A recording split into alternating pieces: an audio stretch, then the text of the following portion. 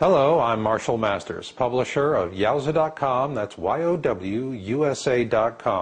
and co-author and publisher of Planet X Forecast and 2012 Survival Guide. In this, our first show for Planet X Special Report, we're going to take on two of the questions that seem to come into our email boxes most often. Where is Planet X, and what is the most likely worst-case scenario?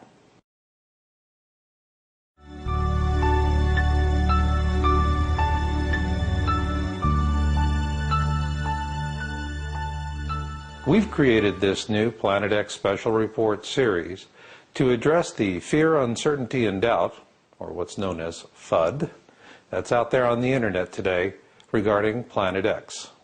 We have been researching in this field of space threats since 1999, and what we see is that much of this FUD is artificially engineered by disinformation operatives who, in our opinion, are well organized and very well funded. Another question we do get from folks is, what would a Planet X flyby look like?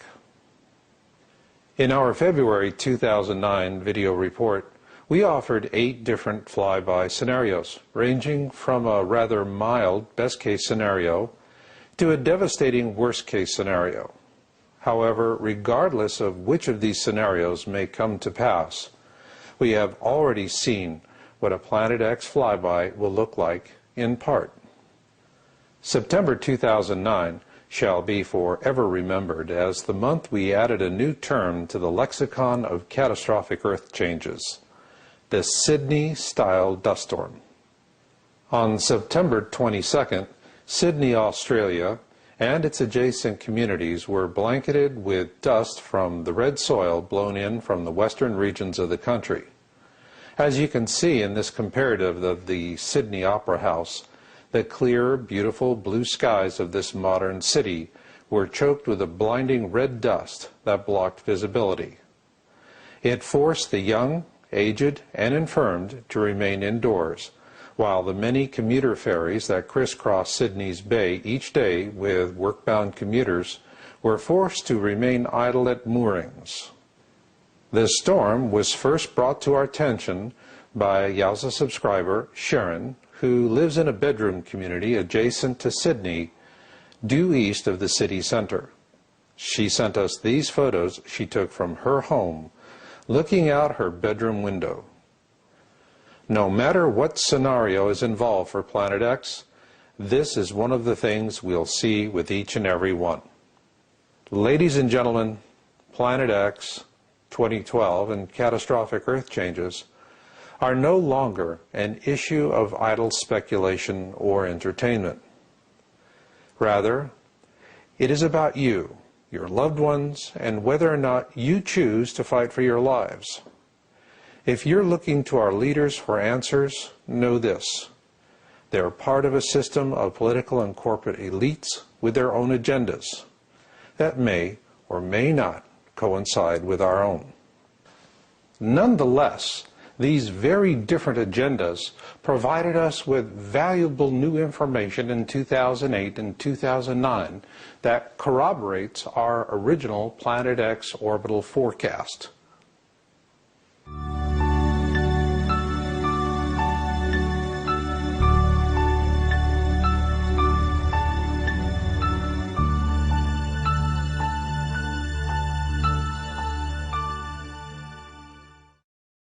Beginning in 2008, we saw the onset of a massive disinformation campaign.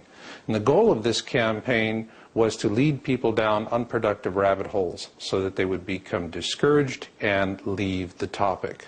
Well, it's not working for them. And in fact, what we did find was rather valuable information. To understand that, we need to start with their principal attack method, what we call the ecliptic false positives. The best way to visualize the ecliptic is to start at a point in the center of the sun and then go out in a flat plane from there through the known planets and moons of our solar system, and finally on out to the 12 constellations of the zodiac. This is what we call the ecliptic, the plane of our solar system. Above the ecliptic are the northern skies. Below the ecliptic are the southern skies. For the purpose of this program, we need to replace the designations of east and west, so to speak, with towards the center of our solar system and out to the edge of the solar system.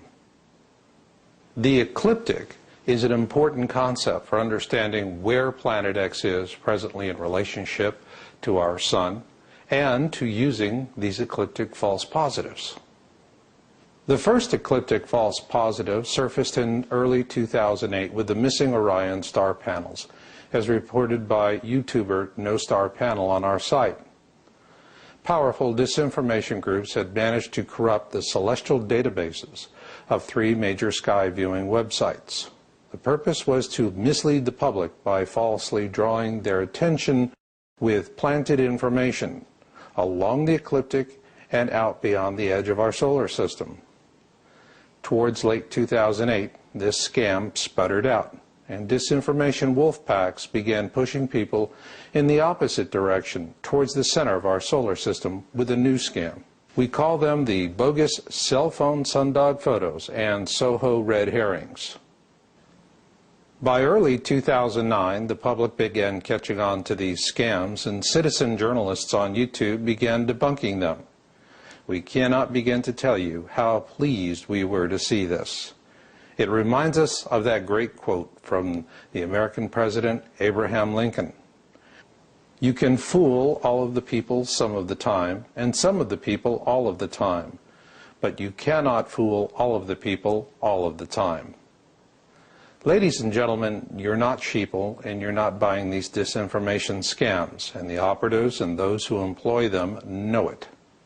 Consequently, we're now seeing a new wave of reckless disinformation and propaganda non-event predictions designed to create more fear, uncertainty, and doubt, and thereby disinterest the public. So beware. That being said, these disinformation ecliptic false positives we've just discussed have given us information of great value. It is because now we know where not to look for Planet X at this time.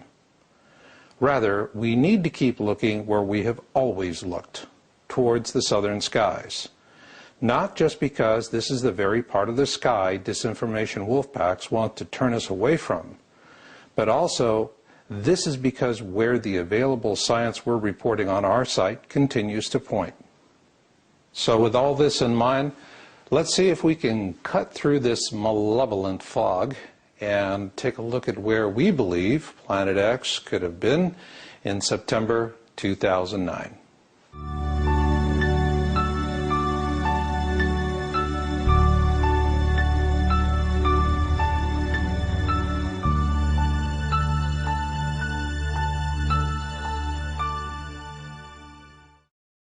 What the disinformation ecliptic false positives of 2008 and 2009 show us is that we were pretty much on the money right from the get-go.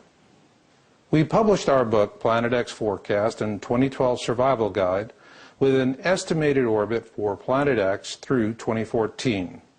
Prepared by Dutch physicist Jaco van der Warp, it shows Planet X approaching the core of our system from the south. We will present 2 slides prepared as an update for this report by Jaco van der Warp, showing where he estimates Planet X to be as of September 2009. Please note, I will be using the term astronomical unit, or AU for short. An astronomical unit is the approximate distance from the Earth to the Sun. For example, the Earth orbits the Sun at a distance of 1 AU. Jupiter, on the other hand, orbits the Sun at a distance of 5.2 AU. Or in other words, it is 5 times further away from the Sun than the Earth. Now let's take a look at our first slide. In this slide you can see the orbital path of Planet X, which is steeply inclined to the ecliptic. Jaco currently estimates the distance between Planet X and the Sun to be 9.9 astronomical units. Now let's imagine we're standing on the South Pole. Here is slide number 2. Here we're looking above the horizon at an angle of approximately 60 degrees, and Planet X is in the constellation Pictor. Now let's address the 5 reasons why we're not seeing Planet X at this time.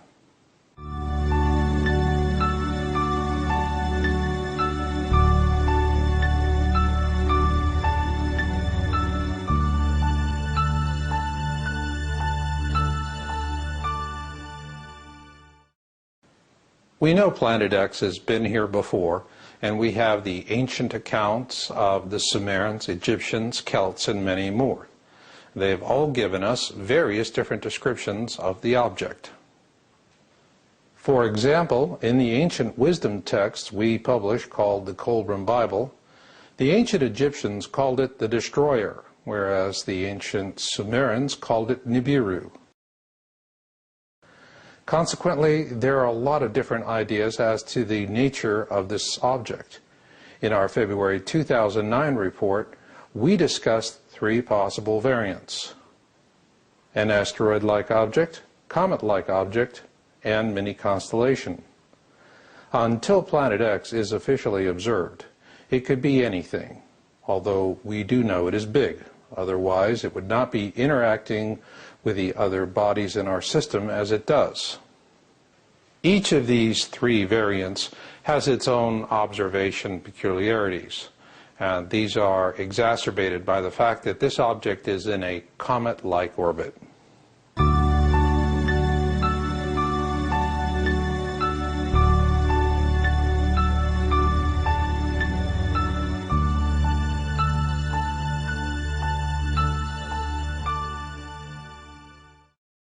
Regardless of what type of object Planet X turns out to be, one thing we do know is that it is in a comet-like orbit, and that makes it very unpredictable. A good example is comet Hale-Bopp. It was the most widely observed comet of the last century, and it was dubbed the Great Comet of 1997. At the time of its discovery in 1995, it was estimated to be in a 4,200-year orbit around our Sun. However, in 1996, it passed within 0.77 AU of Jupiter. To help put that in perspective, Venus orbits our Sun at a distance of approximately 0.72 AU. So, as a result of a 0.77 AU flyby past Jupiter, Hale-Bopp's 4,200-year orbit was shortened by 40% to just 2,533 years. How could this happen? Just as with Planet X, Hale-Bopp's orbit around our Sun is steeply inclined to the ecliptic, which makes it inherently unstable. And the substantial reduction in its orbit is explained by a theory called the Kozai mechanism. You can learn more about the Kozai mechanism on the internet, and it is covered extensively in our book Planet X Forecast and 2012 Survival Guide.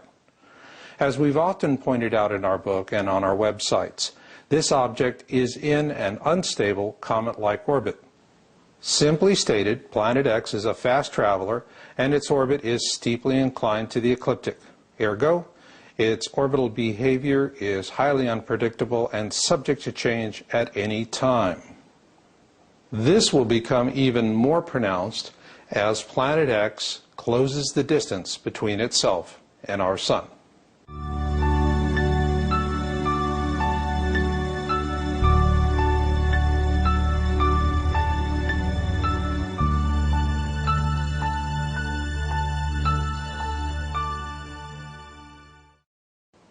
The closing distance between Planet X and the Sun is very important for us to consider.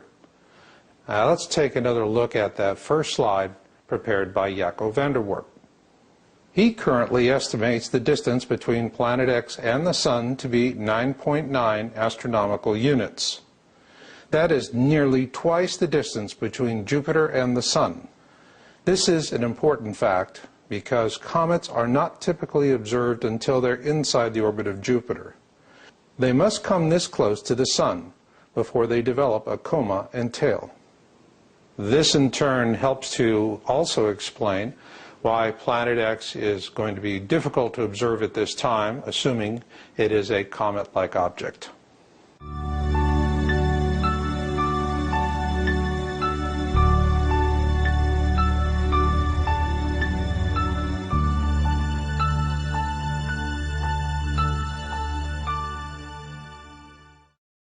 To help give us a perspective on the Planet X transit through the southern skies, let's return to Jaco van der Warp's second slide.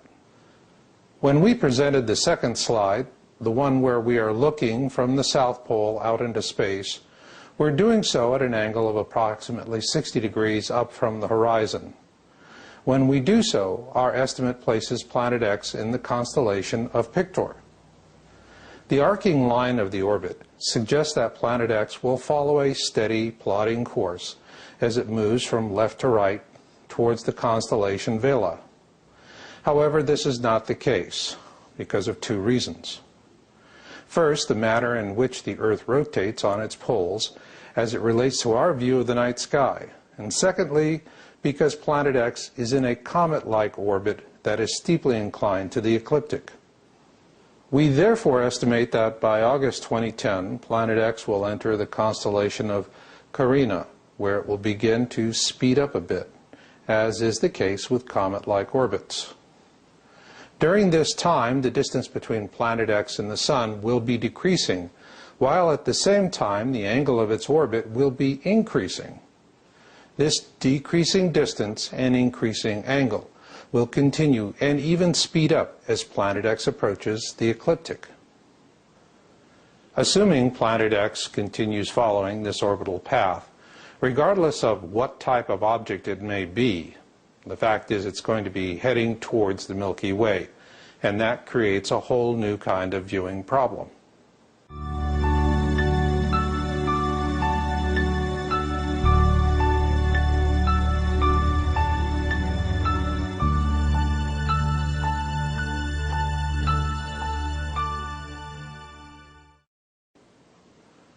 When viewing an object in the night sky, you must be able to differentiate between it and the star field behind it. To illustrate the complexity of this, let's assume that you are going to a candlelight vigil to meet a friend. You know what your friend looks like, and you know he or she will be holding a candle. But when you arrive, spotting your friend becomes a very difficult proposition.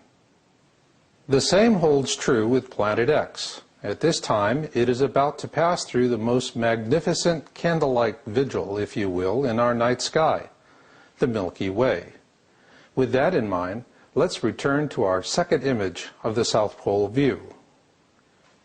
Here we see Planet X slowly making its way along its orbital path towards the constellation Vela. In this slide, we are showing you the position of Planet X relative to the South Pole point of view. Now, let's take the same panel slide and increase the brightness. The light gray area that runs through the right side of the image from the constellation Bella down through to the constellation Canis Major is the Milky Way.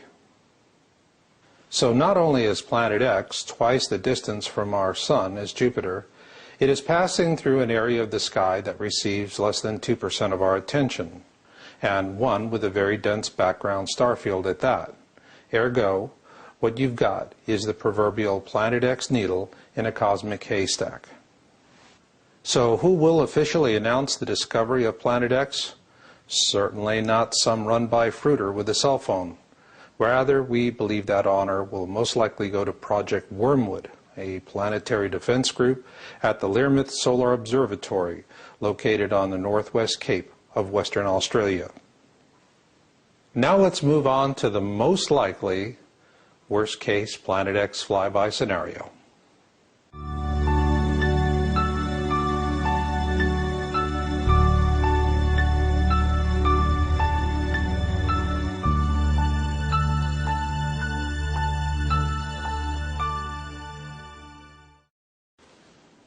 This is the difficult part of this video briefing for us as Planet X researchers, because we really do understand how these various different Planet X flyby scenarios could work out. I can remember back in 2002 and 2003 when I was making guest appearances on Coast to Coast and saying clever things like, the surface of the Earth could wiggle like a bowl of Jell-O. With a comfortable distance of time, such clever radio sound bites were all too easy. Yet as clever as they were, perhaps it turns out they could be closer to what may happen than I could have imagined. In February of this year, we published a report with 8 different flyby scenarios, ranging from the best case to the worst case. I strongly urge you to view that video if you have not already done so.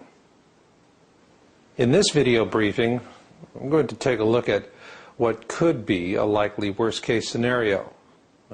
I want to strongly emphasize to you before I do this that there is no true likely worst-case scenario.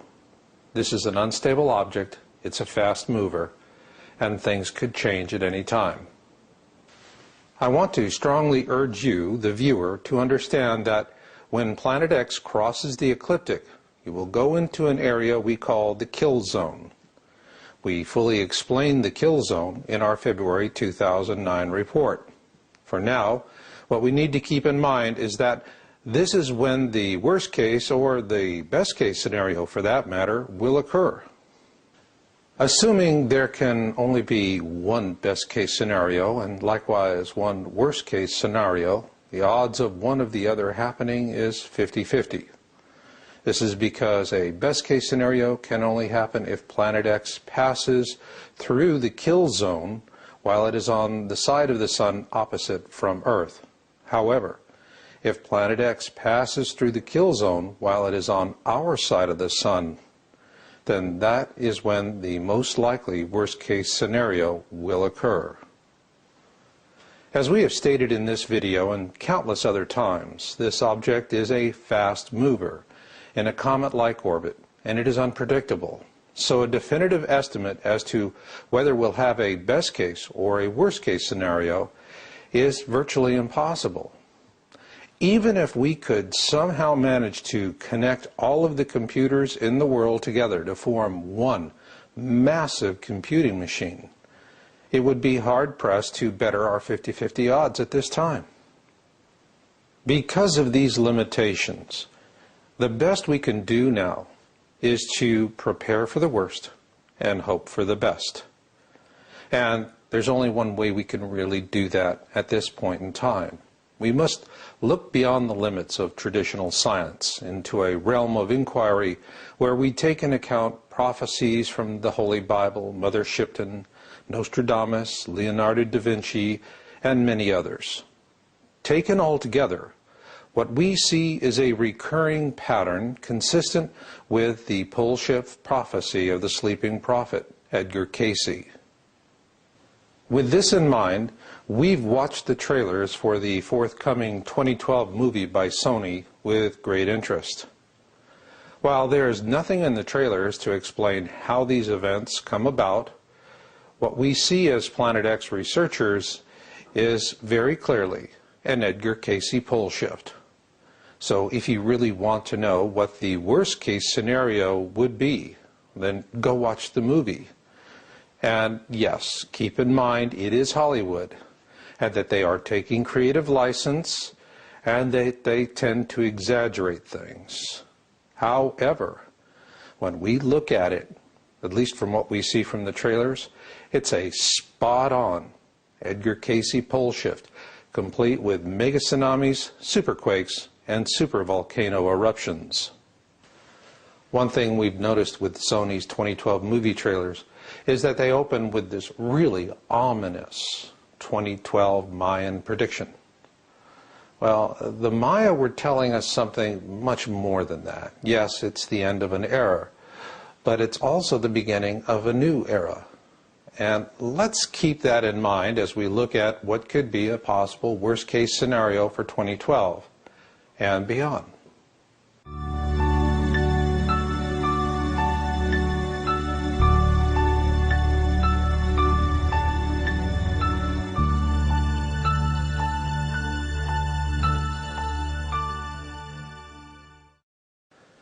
Our book, Planet X Forecast and 2012 Survival Guide, was written with one very specific audience in mind. Not dabblers, not those who are curious, but rather we wrote it for people who get it and want to get through it. And for that reason, we've listed out the various catastrophic threats. Well, topping that list is solar violence. Even if, for the sake of argument, Planet X was completely taken out of the picture for 2012, are there still threats? Are there still concerns? Well, yes, there are. And you should be very concerned, because our current solar cycle will reach its maximum in 2012. And if what the scientists are telling us holds true, that's when all hell breaks loose. So what will all hell breaking loose look like in 2012? Well, we have a historical model for that. It's called the Great Storm of 1859. In an article published in October 2003 on Space.com, science writer Robert Roy Britt takes us back in time to 1859. Simply put, this solar storm remains the most violent ever recorded in American history, and it was 3 times more powerful than anything we've ever seen since the end of World War II. However, in 1859, the state of technology was primitive. It was mostly telegraph lines running through both America and Europe.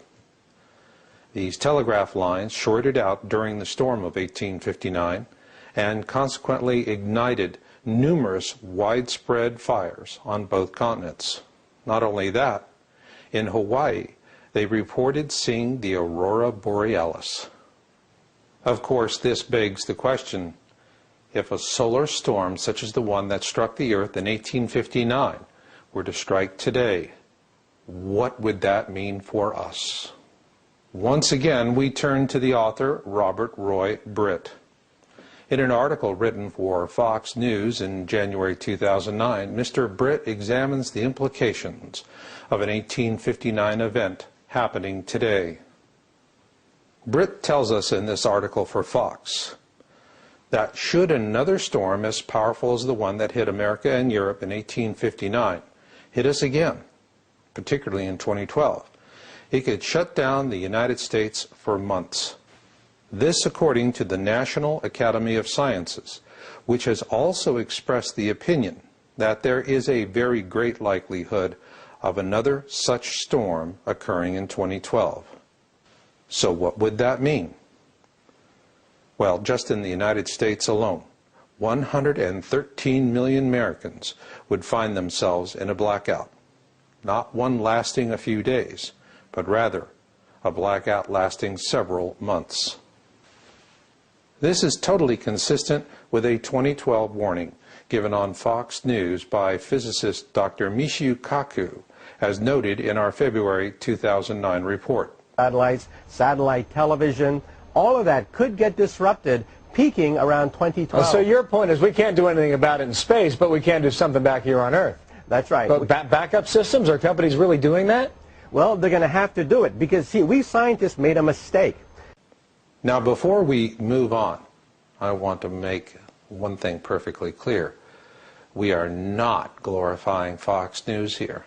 As a matter of fact, the news entertainer, I don't call them reporters anymore, the news entertainer that interviewed Dr. Michio Kaku has a new formula. 2012 equals Y2K. You know, the millennium bug. Well, that begs the question, where are you at with all this? Are you saying, I'll believe it when I see it? And if so, let me ask you this. What are you going to see when the whole nation is blacked out for months as the result of a violent solar storm? While you ponder that, let's move on to the closing thoughts for this video briefing, and that being what we believe to be the greater significance of 2012.